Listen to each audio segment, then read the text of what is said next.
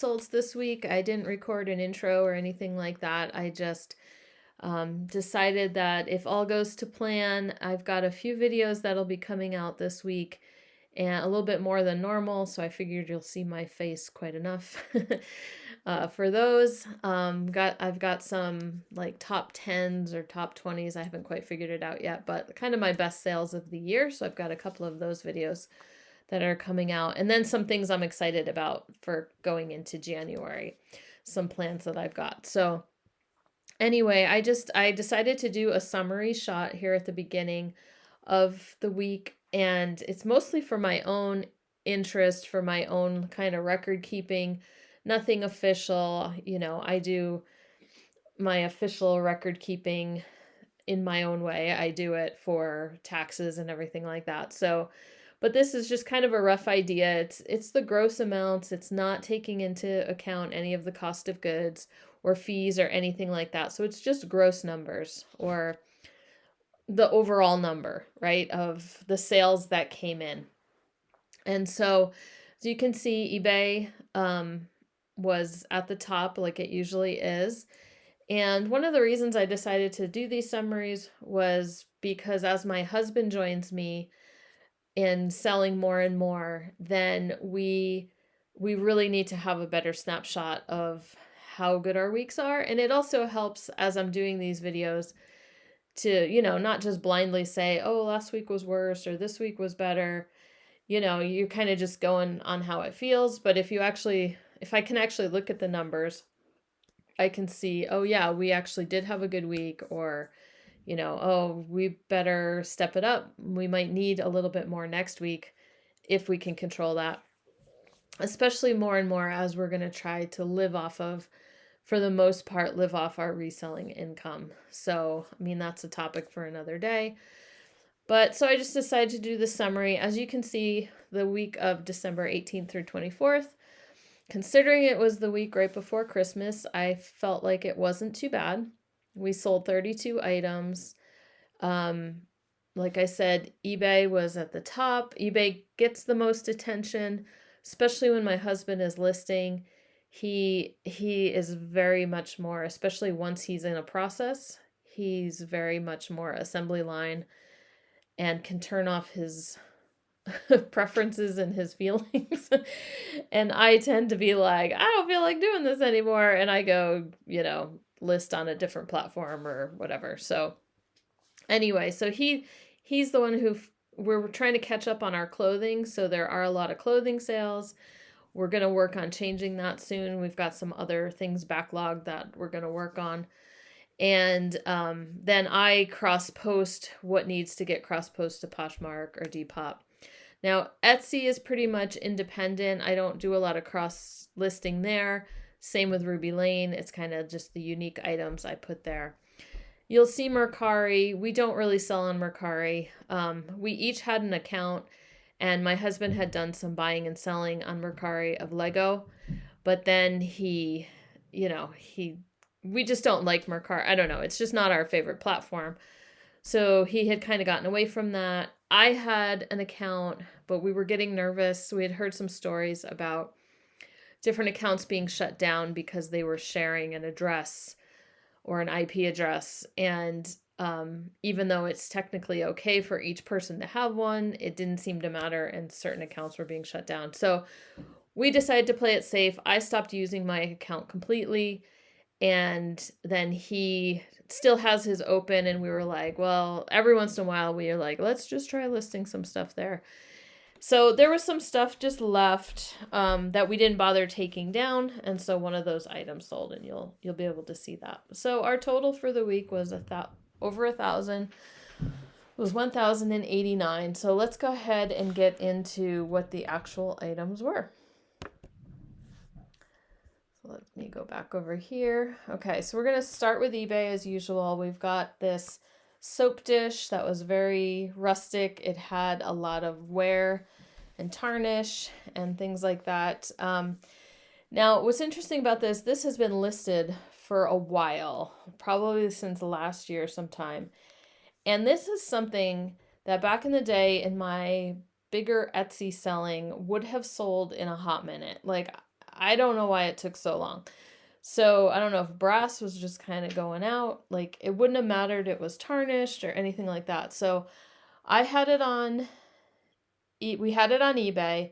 My husband did the listing last year. I cross-posted it to Etsy. I was somewhat active on there and nothing. So we were happy. This finally sold for, was $24.99 minus the 10% coupon. I don't know. Used to be the type of thing that would sell so quick. This one, I don't even know the story of it. Maybe it was something we picked up a while ago. Maybe it was something that was listed already. I can't even remember. My husband also spent some time this week kind of going through our inventory and pulling out some of the old stuff and either taking new pictures or just donating or whatever. So that could have been a redo. I don't remember, but not a big deal, not something to really worry about. It's $24.99. This also was still while a 10% coupon was running. Okay, so this harness didn't sell for $35. It sold for $20. It's a woman's climbing harness, and I remember I was with my husband just a week or so ago, not that long ago, and we went into the little bins store that I talked about before, our little outlet clearance center type place in town. And as we went in, the guy who was working there threw this to my husband and said, "Hey, you want any climbing gear?"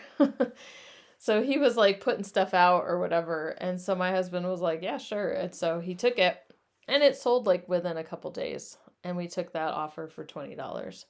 It was an extra small. So, and you know, I don't know much about the brand at all, but we hardly paid anything. I don't even know what we paid. I think that day we had pretty much filled a garbage bag and paid $8 for the bag. It was actually like 3/4 full or whatever. And a full bag is supposed to be $10. I only had $8 in cash on me, so that's what I told him I could pay. And he said, "Yeah, that's great." He was going to charge me $6, but $8 was fine. So here we go. On to the next one. Some yarn I picked up at a thrift store a little while ago. Not all yarn is created equal. It, some can be really, really good. I tend to look for like the better materials, not acrylic, unless there's something super special about it. This was crochet knitting. It was a tricot. It was all cotton. And so, yeah, I mean, this was a good deal. I think I paid $3 for the bag of it. And it sold for $25. By now, the coupon, I think, had stopped running. I didn't quite even notice it. So most of last week, there really wasn't a coupon going. So $25. That's not bad. So easy to store and list and ship and everything. So I do look at yarn every time I'm out and about if I see it, but I try to pick like wool or cashmere or things like that. Something interesting to the material.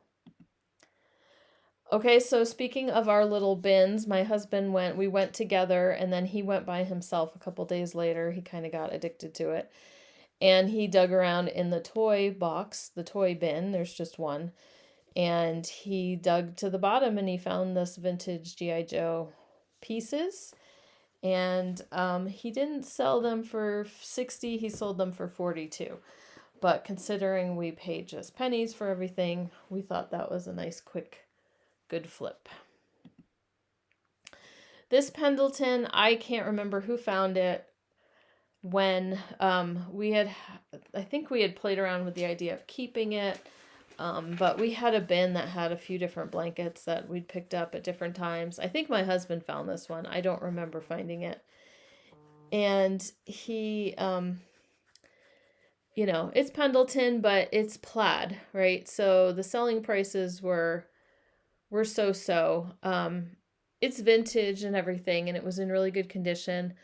And he had priced it high at $90, but then we got an offer for $50, and we decided to go ahead and take that. And then I was looking back at solds for plaid, the wool plaid blankets this size, and 50 was like right on, spot on. So he had just kind of started high. So as I look at his description, yes, there was a little tiny hole. So $50 was actually a really good deal for that. This was a nice sale. It wasn't 180, but I did take an offer for 125. These I picked up at Goodwill, maybe back in the fall, and they looked really nice. They had a nice feel to the leather, and so it made me take a second look. And so the company is called Goki Company. Let me see. Actually, my husband found this for me. I was like, oh, there's no size. And then he looked at some other listings and he saw that it was on the tongue. And then, let me see. Yeah, inside you can see Goki and it's impressed in the bottom, which sometimes is a good sign of a good company. And yeah, just kind of a very nice style. I priced them kind of high based on comps and everything. They're made in the USA, they're vintage, and like I said, I took an offer for 125 after a few months, so I was super happy about that. I paid, I want to say, like $10 at the thrift store at the most. They'd been pricing some shoes up, but I remember that these, for some reason, were just kind of their normal $9.99 for ankle boots. Then this was in my last haul video that I did last week.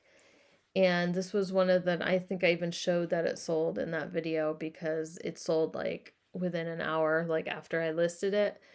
The other one is still for sale, the one that's a little bit more expensive. But this, yeah, anything with Polo Bear, it's very exciting. You know, I was super excited to find this and then later found out that the Polo Sportsman hat was actually worth more. But this was a quicker flip, so it sold for $40. And I think ultimately it'll be going to an overseas buyer. But for now, I think it was a shipper, like I can't think, it's so late at night. One of the forwarding companies. So I just had to get it to Utah and then it'll go from there. And then these were Nike Dry Fit Tiger Woods golf pants. I think we were in a couple days where sales were pretty slow because I think I went ahead and just took a $25 offer for these, which was quite a big jump, but somebody made us an offer. They were just size 32-30. They were kind of small. You know, it's not quite golf season yet, so they might have sold better coming up.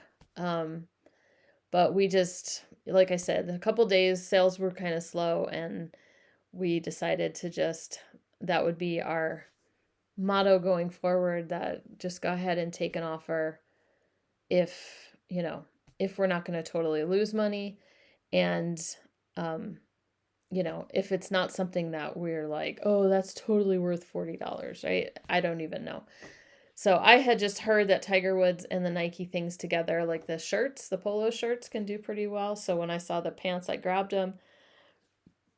But I'm happy not to hold on to them forever. This was a New With Tags shirt by Ariat. So I do find a lot of Western things in my neck of the woods.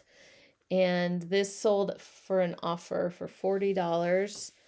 And again, New With Tags. It was just plain white. So even though it's like a Western brand, it's just a white shirt. But it sold for $40 and I cannot complain about that. I paid $5 or $6. This was the hat from the bins. So my husband went to the bins, like I said. He actually went a couple times, so I think this was from the second one. And he found a bunch of hats. He spent a lot of time digging. and, you know, things that were under the scarves and everything like that. So he came home with some actually pretty good selling hats. And so this one was Outdoor Research. The brand is okay. I found a very similar style hat in linen, and the soles are not as good, but this wool blend kettle cap cadet style hat had some really good comps, and so it sold pretty quickly for $25. So again, when you're paying less than $1 for things at the bins and then you can sell it for 25, that is like an amazing thing, I think. We got this on our trip out to visit my family out in North Carolina. It's a shoe anvil. My husband found it, and he it's a long story, but anyway, it was just a kind of a digging thrift store type place, and he saw them, and then I think there was two, and they were like $10 each, and so we left. He looked them up, and then we went back the next day, and he went ahead and got them. So it didn't sell for 50, it sold for 30. There are comps that are higher, but we've had them listed for a few months with not a whole lot of attention or interest. So we just decided to take a $30 offer on this one and just move it along. Now, this skirt had gotten a lot of attention. This was on eBay, it was on Posh, it was on Depop. I remember thrifting it and looking at it and going, oh my goodness, this is such a 90s skirt. And it in Y2K, it's very like a satiny material, like a slip skirt, you know, they would call it. And it was made in the USA. It was a size small. Maybe if it was bigger, it would have gone faster, but oh my goodness, people favorited it left and right. And even though it's not like a major brand, like they were finding it on eBay, no problem. And I was sending out offers and like nothing, and no one no one was buying it.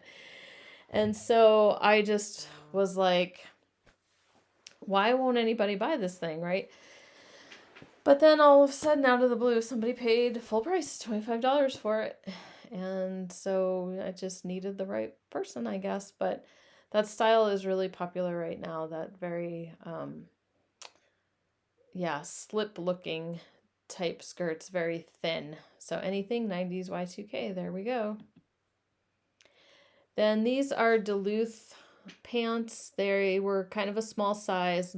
My son had worn them for a while, and I think he outgrew them height wise. And so we just kind of had him in our pile, and yeah, it was one of the things that my husband just kind of worked his way through our pants backlog. And he got these listed, and they got a lot of attention pretty quickly. So on the Duluth Trading Company, they have pants that are called Flex Fire Hose, and those are ones you want to look out for. They sell really well. These weren't the Flex Fire Hose, they're just called the Fire Hose, but he looked them up and he was like, "Oh wow, yeah, they do have a fairly good following." And so he went ahead and listed them, and they sold for 35. I think that might have been an offer for 30. I'm just trying to follow my notes here, but nope, 35. They sold for 35, so full price there. So keep an eye out with Duluth. Those are mostly the pants that we've decided to stick with, is the Flex Fire Hose or the Fire Hose type material. Then this was, I think, in one of my hauls, possibly. Anyway, my husband and I were at Goodwill together, and he found this. He went over and looked at the coats, and he found this mechanic style jacket. It's Lucky brand, right? So that's just what it says on the tag there. And it's new, you know, it's not vintage or anything like that. So, but it's a really kind of popular look right now. It's a, you know, what you call it, workwear, can do pretty well. So I had gotten an offer on Depop, but they never followed through on paying. And so this jacket sold for $35. I think it was an offer we sent out. And then another pair of jeans that were in my jean pile to-do list, my profit pile, were these Rockies. The brand is called Rocky Mountain Jeans, but everyone calls them Rockies, and they say Rockies right on them. They sold for $40. They're high-waisted jeans. They're a Western brand. They're, for horseback riding and everything, or just that Western look. And as you can see, it's got a very Western yoke looking front to it. It's very high-waisted. The back has no pockets, and I had been told when listing a similar pair on Posh one time that you can use bareback, is what they'll call it, when there's no pockets in the back on these Western style jeans. So you can use mom jeans, Y2K, high-waisted, all those types of things. And, I was looking at my husband's listing, and he had all these numbers in his title, and he tends to do that, right? So he's very detail-oriented. He's a finished carpenter, and he likes to find style numbers, and, a lot of times he has them in titles. And I'm like, I don't think, maybe a keyword would be better. But then I'm like, whatever. So I was about to take those out. And he said no, that actually with the Rockies, there were certain styles that people were looking for. And the ones that had sold had those numbers in the title. So we just decided to leave them alone. So I had about 3 pairs of these I had found at once at Goodwill. And he looked up all the different styles, and we have them priced between like 30 and 50 or so. And somebody on Posh pretty quickly bundled all 3 of them and asked, and made me an offer. And it was kind of low, and so we just decided to counter. So we countered and then didn't hear anything. And then these sold for full price on eBay. So that was a nice deal. So her bundle is still sitting over there on Posh, but, we had to take one of the jeans out of it. So I don't think anything will ever come of that. Okay, the last sale for the week. This was a really nice tunic style shirt, jacket type thing. It's an Asian style. I am not even going to say the style out loud. I don't even know how to pronounce that, and I don't want to do that. But I've had this listed for a while. I think part of the problem was the size. It's a size small. But as you can see, it has that stand-up collar, kind of mandarin, and then the side button. It was so pretty. I would totally have worn it if I could fit it. And you can see, let's see, the tag, Ruth Norman, Neiman Marcus. So this was a bins find from last year my husband had brought home. And, it's been listed for about a year. And out of the blue, someone started watching it, and we sent a $35 offer, and they took it. So a lot of these things we still have to ship out. The post office is closed Monday.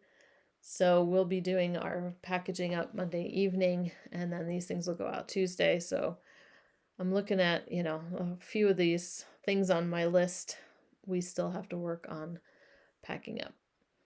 Okay, moving on to Poshmark. I found this little children's Burberry dress. It was super cute. It's corduroy and it's red. The only problem I almost listed it like a little while back. And I found a flaw as I was taking pictures. Let's see. Right on the back, there was this little spot. And it was almost like, I don't know, like an ember, maybe? Or there's something in the corduroy, like gum or something like that. I'm not even sure, but it felt like something I could maybe wash out, so I tried that first, and then I realized that was like kind of permanent damage. So I just decided to just go ahead and do it as a fairly low price.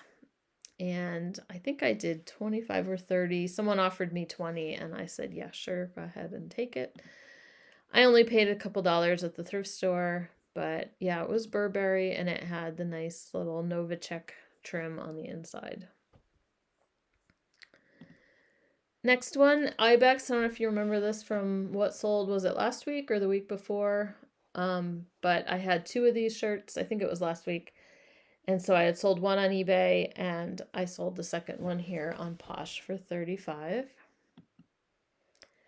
Haan, I had bought these for my son. I didn't necessarily buy them for resale, but I had picked them up. They were brand new. I don't think they had ever been worn. And he just didn't like them. Like he liked them, but they were kind of stiff. And I don't know. Kids aren't always anxious to learn about breaking in shoes or anything like that. So he just was like, no, they didn't feel good on his feet. So we kind of just had them in a pile. My husband found them, threw them up there, and they sold on Poshmark pretty quickly for $52 once I cross-listed them.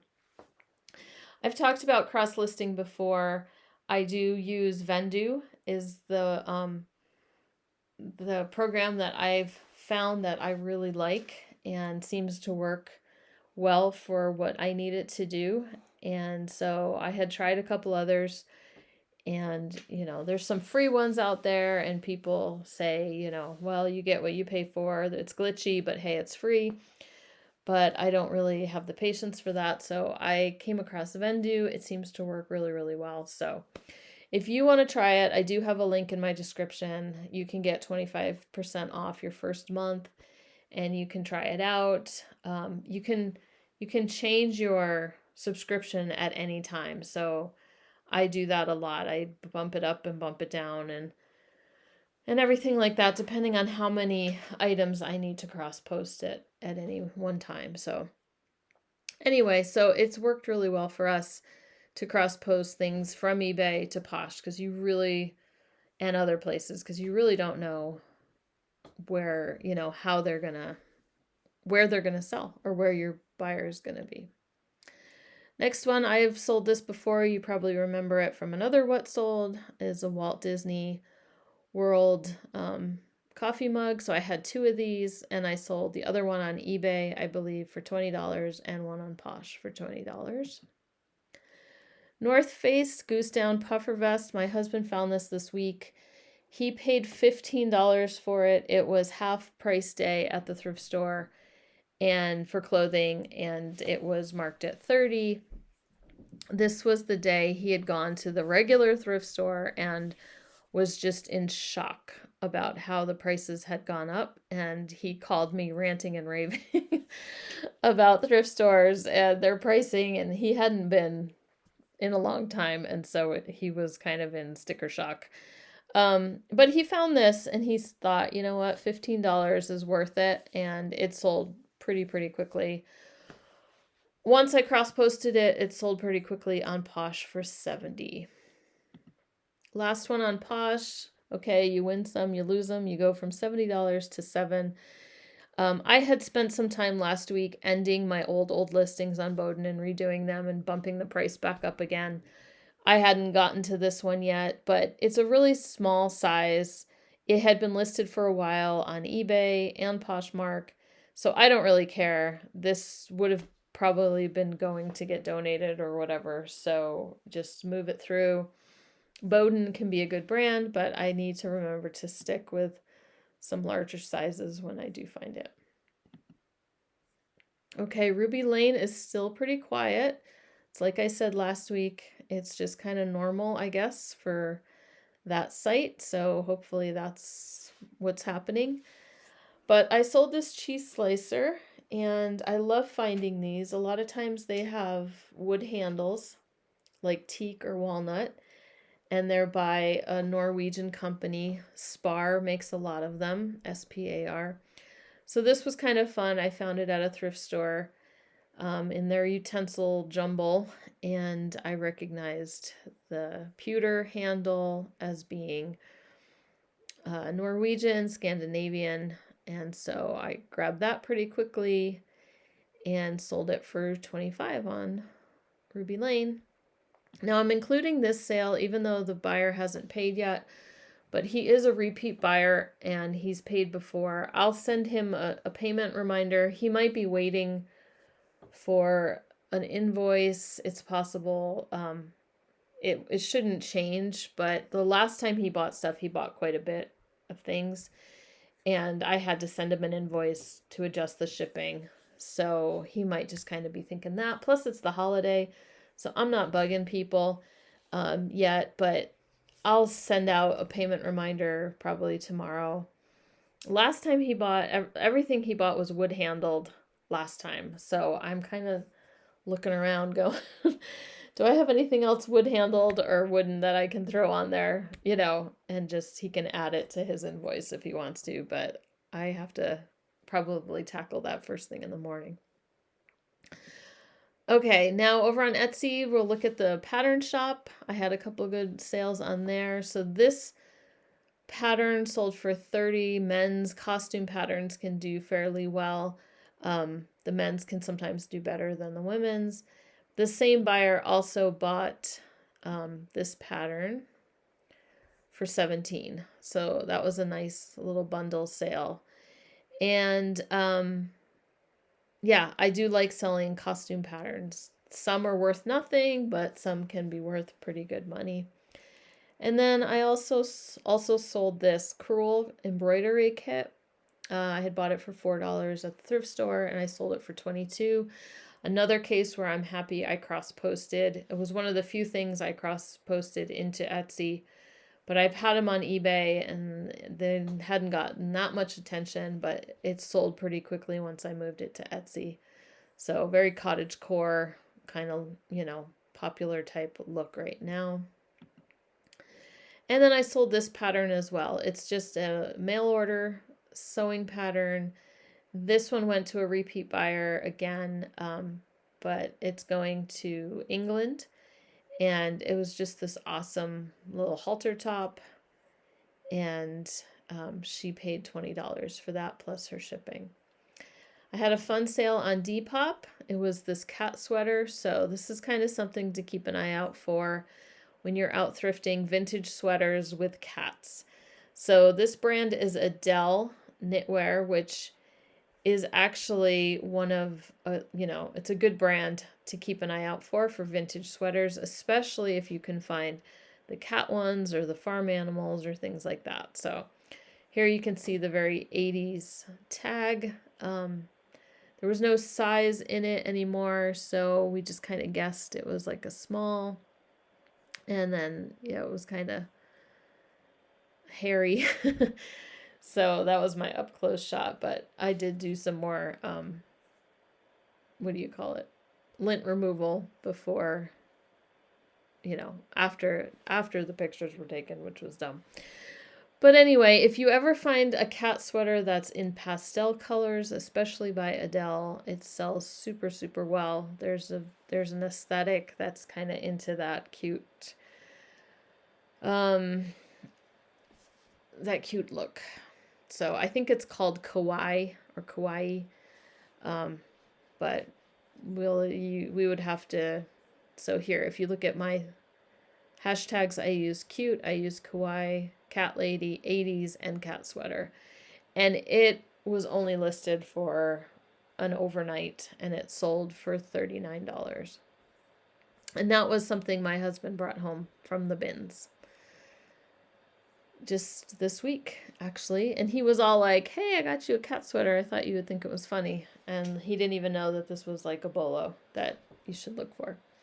So I'm going to pop over real quick. Oh, I'll show you the Mercari sale. It's here. It was just a Columbia fleece vest. It was new with tags, but it was personalized to a company. So it wasn't really getting much attention anywhere, and Columbia is not super high selling as it is. So we sold it for $15, and we're happy about that. Then I'm gonna pop over to Etsy, my other Etsy shop, Pish Posh Flatware. keep Pish Posh flatware in mind. Keep flatware in mind. I'm very excited. I've got some plans for flatware in the new year. So look for videos about flatware coming up. And I sold in that shop. I had heard just that Etsy is a better place to sell the cookie shooters, especially the electric ones, that it can be a really good spot to sell those, and you can get better prices than you can get on eBay. And so I said, you know what? I'm just going to go ahead and throw it over there on Etsy and see how it does. So this one had been used, but it was super clean, and I put batteries in it, pressed the button, and it was, so it was working. $65, really good price for that. So I was excited about that. It's a good time of year for these things to sell. So anyway, that is here. I'm going to click into the main shop, Pish Posh Flatware, to give you a little look-see. I did list a few flatware listings this week, but not a ton. I only have 20 things listed in here, but that is going to change. So stay tuned for that. Feel free to go ahead and subscribe if you don't mind. If this is something you'd be interested in, learning about flatware, learning about more things that have sold online that were found at thrift stores and yard sales and such. And so I appreciate so much you all still being here, and feel free to leave me any kind of comment below. Things that you learned, things that you have sold that are similar, any questions that you have. So thanks again, everybody, for watching, and we will catch you later on this week.